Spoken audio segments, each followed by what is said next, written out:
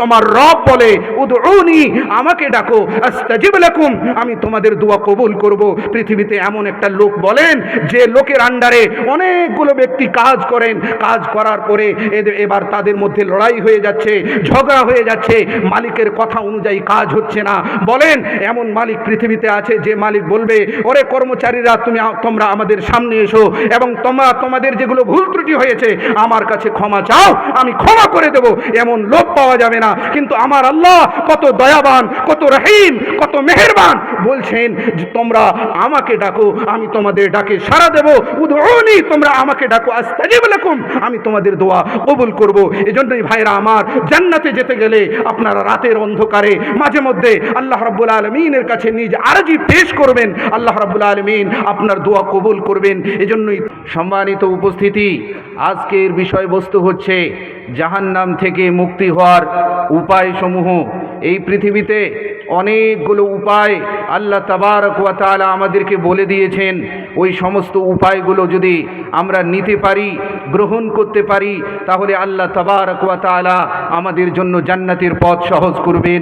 যেদিন এই আগুন পৃথিবীর আগুনের তুলনায় জাহান্নামের আগুন 70 গুণ বেশি হবে, যেদিন আল্লাহ তাবারক ওয়া তাআলা এই সূর্যটাকে কাছে নিয়ে আসবেন, সেদিন সকলেই চাইবে আমার ঠিকানা যেন জান্নাত হয়, আমার ঠিকানা যেন জাহান্নাম না হয়। সকলেই চাইবে যে আমি যেন জান্নাতে প্রবেশ করতে পারি, আমার ঠিকানা জান্নাত হয়। তাই আসুন আমরা সকলেই জানার চেষ্টা করব যে জান্নাতে প্রবেশ করার কি কি উপায় রয়েছে। অনেকগুলো উপায় রয়েছে, তার মধ্য থেকে প্রথম উপায় হচ্ছে তাওহীদকে মেনে নিতে হবে। আল্লাহ এক, আল্লাহর সঙ্গে কাউকে শরীক করা যাবে না। আল্লাহ তাবারক ওয়া তাআলাকে পরিপূর্ণভাবে মেনে নিতে হবে। ইসলামের ব্যাপারে সন্দেহ করা যাবে না, কোরআনের ব্যাপারে সন্দেহ করা যাবে না, হাদিসের ব্যাপারে সন্দেহ করা যাবে না। যদি কেউ সন্দেহ করে তাহলে সে মুসলিম থাকবে না, বরং সে কাফের হয়ে যাবে। এজন্যই জান্নাতে যেতে গেলে প্রথম যে বিষয়টি আপনাকে মেনে নিতে হবে, পালন করতে হবে, সেটা হচ্ছে তাওহীদ। অতএব তাওহীদের ব্যাপারে কোনো রকমের আপোষ করা যাবে না, তাওহীদের ব্যাপারে কোনো রকমের মীমাংসা করা যাবে না। এক আল্লাহকে মেনে নিতে হবে, আল্লাহর ব্যাপারে বিন্দু পরিমাণ সন্দেহ থাকতে হবে না। যদি সন্দেহ থাকে তাহলে আমরা মুসলমান থাকবো না। সম্মানিত ভাইরা আমার, মহানবী সাল্লাল্লাহু আলাইহি ওয়াসাল্লাম বলেছেন, মান ক্বালা লা ইলাহা ইল্লাল্লাহ দাখালাল জান্নাহ, যে ব্যক্তি লা ইলাহা ইল্লাল্লাহ পাঠ করবে সে জান্নাতে প্রবেশ করবে। দুঃখের বিষয়, আমরা লা ইলাহা ইল্লাল্লাহ পাঠ করি কিন্তু লা ইলাহা ইল্লাল্লাহর সঠিক অর্থ আজ পর্যন্ত আমাদের মুসলিম সমাজের মধ্য থেকে অনেক লোকের জানা নেই। চলুন আজকে সঠিকভাবে এই অর্থটি আমরা জানার চেষ্টা করি। লা ইলাহা ইল্লাল্লাহ মুহাম্মাদুর রাসূলুল্লাহ, আল্লাহ ব্যতীত সত্য কোনো মাবুদ নেই। অনেকেই অর্থ করে থাকেন, অনেকেই তর্জমা করে থাকেন আল্লাহ ব্যতীত কোনো মাবুদ নেই। হ্যাঁ, এই পৃথিবীতে অনেক লোক আছে যারা পাথরের পূজা করে, হ্যাঁ এই পৃথিবীতে অনেক লোক আছে যারা গাছের পূজা করে, এই পৃথিবীতে অনেক লোক আছে যারা পৃথিবীর মানুষদেরকে মাবুদ বানিয়ে ফেলেছে। তার মানে কি পৃথিবীতে আল্লাহ ব্যতীত অন্যান্য মাবুদানে বাতিলা রয়েছে, বাতিল মাবুদ রয়েছে। এজন্যই যখন লা ইলাহা ইল্লাল্লাহর অনুবাদ করতে যাবেন তখন এই কথাটা অবশ্যই বলতে হবে, আল্লাহ ব্যতীত সত্য সত্য কোনো মাবুদ নেই। এজন্যই ভাইরা আমার, জান্নাতে প্রবেশ করতে হলে তাওহীদকে মেনে নিতে হবে। তাওহীদ নিয়েই 1.5 থেকে 2 ঘন্টা আলোচনা করা যাবে, এখানেই আমি ছাড়ছি। দ্বিতীয় নম্বর, ইখলাস থাকতে হবে। আপনি জান্নাতে প্রবেশ করতে চান, জাহান্নাম থেকে মুক্ত হতে চান, ইখলাস থাকতে হবে। আজকের এই সভা যদি এই জন্যই এসে থাকেন, লোকেরা আমার ব্যাপারে বলবে যে না, অমুককে দাওয়াত করা হয়েছিল, সে ধোঁকা দেয়নি, অমুক ব্যক্তিকে রাজি করার জন্য আজকে আমি এই সভায় অংশগ্রহণ করেছি, এই সভায় আমি কোরআন ও হাদিসের কথা শ্রবণ করব, এ ধরনের নিয়ত নয়, তাহলে এটাই আমাদেরকে জাহান্নামের মধ্যে নিক্ষেপ করবে। লম্বা চওড়া হাদিস রয়েছে, সেগুলো আমি বলতে চাই না। সংক্ষিপ্তভাবে একটি হাদিস আমি আপনাদের সামনে বলে দেই। ইন্নাল্লাহা লা ইয়ানজুরু ইলা সুওয়ারিকুম ওয়া আমওয়ালিকুম ওয়ালাকিন ইয়ানজুরু ইলা কুলুবিকুম ওয়া আমালিকুম। আল্লাহ রাব্বুল আলামিন আপনার মুখমণ্ডলের দিকে তাকাবেন না, চেহারার দিকে তাকাবেন না। ইয়ানজুরু ইলা সুওয়ারিকুম ওয়া আমওয়ালিকুম ওয়ালাকিন ইয়ানজুরু ইলা কুলুবিকুম ওয়া আমালিকুম। কিন্তু আল্লাহ রাব্বুল আলামিন আপনাদের অন্তরের দিকে তাকাবেন, আমাদের অন্তরের দিকে তাকাবেন যে আমরা কোন নিয়তে এখানে এসেছি, কোন নিয়তে আমরা সালাত আদায় করে থাকি, কোন নিয়তে আমরা সিয়াম পালন করে থাকি। আল্লাহ রাব্বুল আলামিন নিয়তটাকে দেখেন। এজন্যই জান্নাতে প্রবেশ করতে হলে দ্বিতীয় নম্বর কাজ যেটা আমাদেরকে করতে হবে সেটা হচ্ছে ইখলাস। তৃতীয় নম্বরে জান্নাতে যেতে গেলে আপনাকে দোয়া করতে হবে। আল্লাহ রাব্বুল আলামিন বলছেন ওয়াকালা রাব্বুকুম উদউনি আস্তাজিব লাকুম ইন্নাল্লাযীনা ইস্তাকবিরুনা আন ইবাদাতি সায়াদখুলুনা জাহান্নামা দাখিরিন। তোমার রব বলে উদউনি, আমাকে ডাকো, আস্তাজিব লাকুম, আমি তোমাদের দোয়া কবুল করব। পৃথিবীতে এমন একটা লোক বলেন যে লোকের আন্ডারে অনেকগুলো ব্যক্তি কাজ করেন, কাজ করার পরে এবার তাদের মধ্যে লড়াই হয়ে যাচ্ছে, ঝগড়া হয়ে যাচ্ছে, মালিকের কথা অনুযায়ী কাজ হচ্ছে না।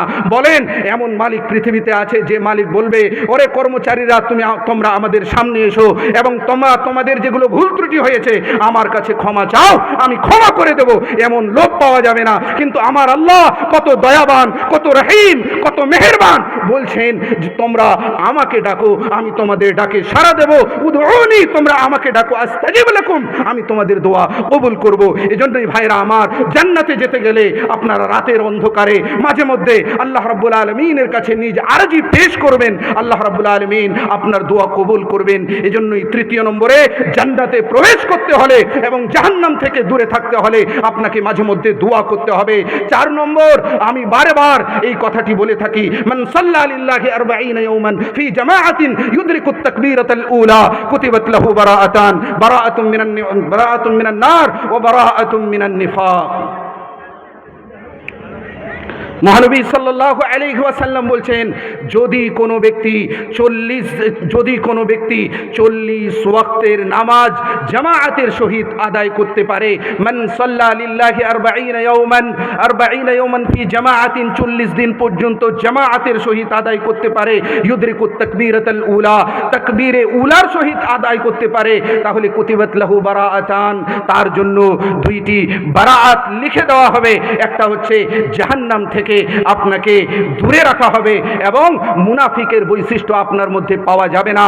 এজন্যই যদি পারবেন জীবনে একবার হলেও এই আমলটা করার চেষ্টা করবেন। আল্লাহ রাব্বুল আলামিন তুমি আমাদেরকে এই আমল করার তৌফিক দান করো, আমিন। সম্মানিত ভাইরা আমার, জান্নাতে প্রবেশ করতে হলে এবং জাহান্নাম থেকে দূরে থাকতে হলে আরো একটি আমল করবেন। সেটা কি?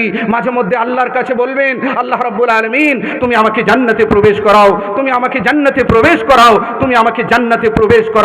এইভাবে যদি আল্লাহ রাব্বুল আলামিনের নিকটে কেউ 3 বার বলতে পারে তাহলে জান্নাত আল্লাহর কাছে কথা বলবে। ক্বালাতিল জান্নাতু আল্লাহুম্মা আদখিলহুল জান্নাহ, জান্নাত কথা বলবে, রব্বুল আলামিন এই ব্যক্তিকে তুমি জান্নাতের মধ্যে প্রবেশ করাও। এজন্যই মাঠে রয়েছেন, ঘাটে রয়েছেন, গাড়ি চালাচ্ছেন, আল্লাহ রাব্বুল আলামিনকে 3 বার বলে দেন, রব্বুল আলামিন তুমি আমাকে জান্নাতে প্রবেশ করাও, তুমি আমাকে জান্নাতে প্রবেশ করাও, তুমি আমাকে জান্নাতে প্রবেশ করাও। জান্নাত আপনার জন্য সুপারিশ করবে, আল্লাহ রাব্বুল আলামিনের নিকটে বলবে রব্বুল আলামিন এই ব্যক্তিকে তুমি জান্নাতে প্রবেশ করাও। আর হ্যাঁ, এটাও হচ্ছে উপায় যে যদি জান্নাতে প্রবেশ করতে চান এবং জাহান্নাম থেকে বিরত থাকতে চান তাহলে এই কাজও আপনাদেরকে করতে হবে। কি কাজ?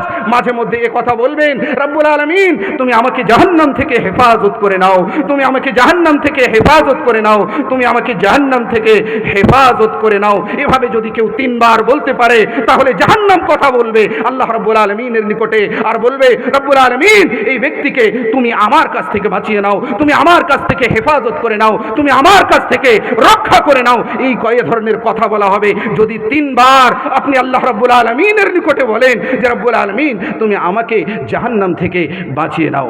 সম্মানিত ভাইরা আমার, অনেকগুলো উপায় রয়েছে জান্নাতে যাওয়ার এবং জাহান্নাম থেকে দূরে থাকার। তার মধ্য থেকে একটা হচ্ছে তাকওয়া। তাকওয়া, আল্লাহকে ভয় করতে হবে। জীবনের প্রতিটি ক্ষেত্রে, প্রতিটি জায়গায়, প্রতিটি স্থানে আপনাকে আল্লাহকে ভয় করতে হবে। আল্লাহকে ভয় করতে গিয়ে যদি কেউ চোখ থেকে অশ্রু ঝরিয়ে দেয়, কেঁদে ফেলে, তাহলে বিশ্বনবী মুহাম্মদ সাল্লাল্লাহু আলাইহি ওয়াসাল্লাম বলেছেন, হারামাহুল্লাহু আলাইহিন নার, আল্লাহ তাবারক ওয়া তাআলা ওই ব্যক্তির উপরে জাহান্নামকে হারাম করে দিয়েছেন। জান্নাতে যেতে গেলে এবং জাহান্নাম থেকে দূরে থাকতে হলে আরেকটি আমল করবেন, সেটা কি?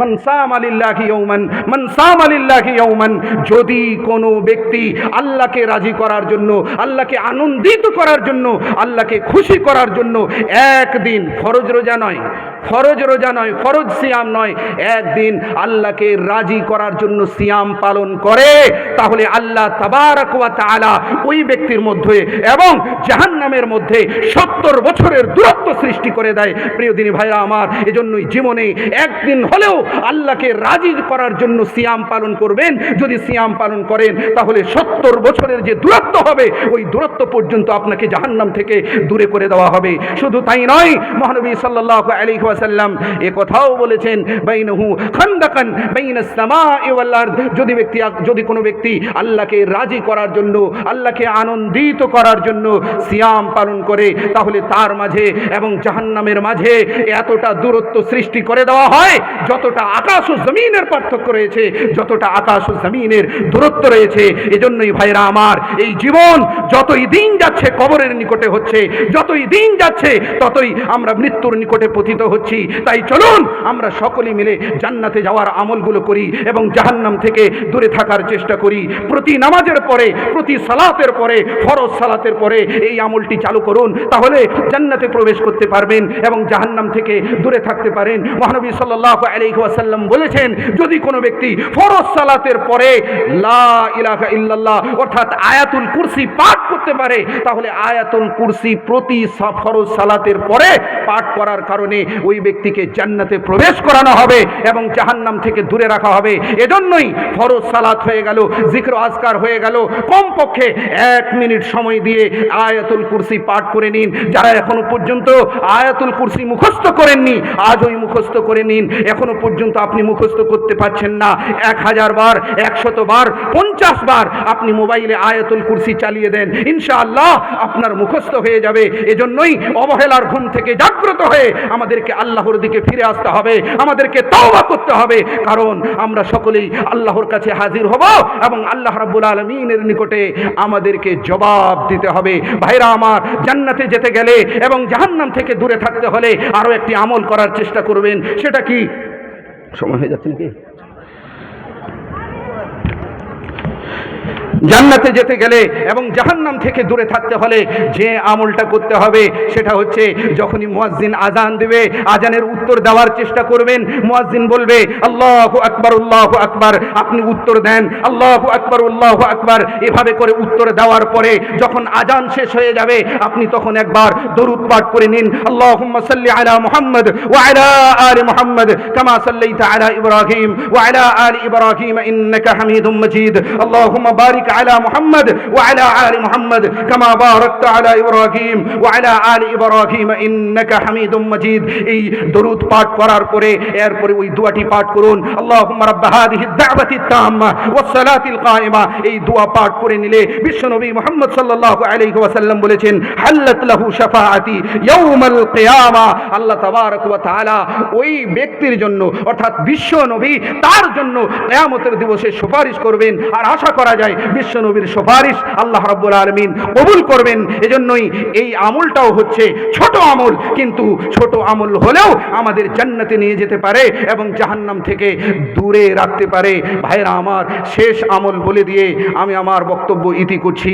মহানবী সাল্লাল্লাহু আলাইহি ওয়াসাল্লাম অনেকগুলো পথ আমাদেরকে বলে দিয়েছেন, যেগুলো ফরজ জিনিস ওগুলো তো করতেই হবে, তার সাথে সাথে সংক্ষিপ্ত যেগুলোতে আলাদা করে টাইম দেওয়ার দরকার নেই, হালকাভাবে আপনি সময় দিলেই এই কাজ হয়ে যাবে, সেগুলো হচ্ছে কুল্লু মা'রুফিন সাদাকা আখরাজাহুল বুখারী। প্রতিটি ভালো কাজ, রাস্তা দিয়ে যাচ্ছেন, রাস্তার মধ্যে কাঁটা রয়েছে, আপনি কাঁটাকে উঠিয়ে ফেলে দিলেন, ধারের মধ্যে ফেলে দিলেন। কোনো ভাই বোঝা উঠাতে পারছেন না, আপনি ওখানে চলে গেলেন, তাকে বোঝা উঠিয়ে দিলেন। কোনো ভাই যেতে যেতে যেতে পেট্রোল শেষ হয়ে গেছে, আপনি পেট্রোল দিয়ে সহযোগিতা করার চেষ্টা করলেন। কুল্লু মা'রুফিন সাদাকা, প্রতিটি ভালো কাজ সাদাকা। আর সাদাকা কি? আর সাদাকাতু তারুদ্দুল বালা, সাদকা ওয়ালা মুসিবতকে দূর করে দেয়, সাদকা কবরের আযাবকে দূর করে দেয়। সম্মানিত ভাইরা আমার, 1.5 ঘন্টা 2 ঘন্টার বক্তব্য মনে করে এসেছিলাম, কিন্তু আজকে হঠাৎ করে 18 মিনিট সময় দেওয়ার কারণে আমাকে তাড়াতাড়ি বলতে হলো। আমি জানি যে আমার বক্তব্যটা তাড়াতাড়ি হয়ে গেছে,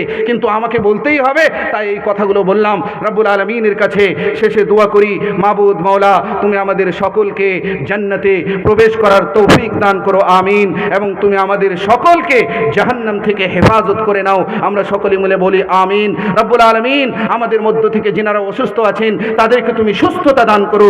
রব্বুল আলামিন, আমাদের মধ্য থেকে যিনারা কবরে চলে গেছেন তাদের কবরের আযাবকে তুমি দূর করে দাও, আমিন। আকুলু কওলি হাদা ওয়া আস্তাগফিরুল্লাহ লি ওয়া লাকুম ওয়া লিসাইরিল মুসলিমিন। ওয়াসসালামু আলাইকুম ওয়া রাহমাতুল্লাহি ওয়া বারাকাতুহু।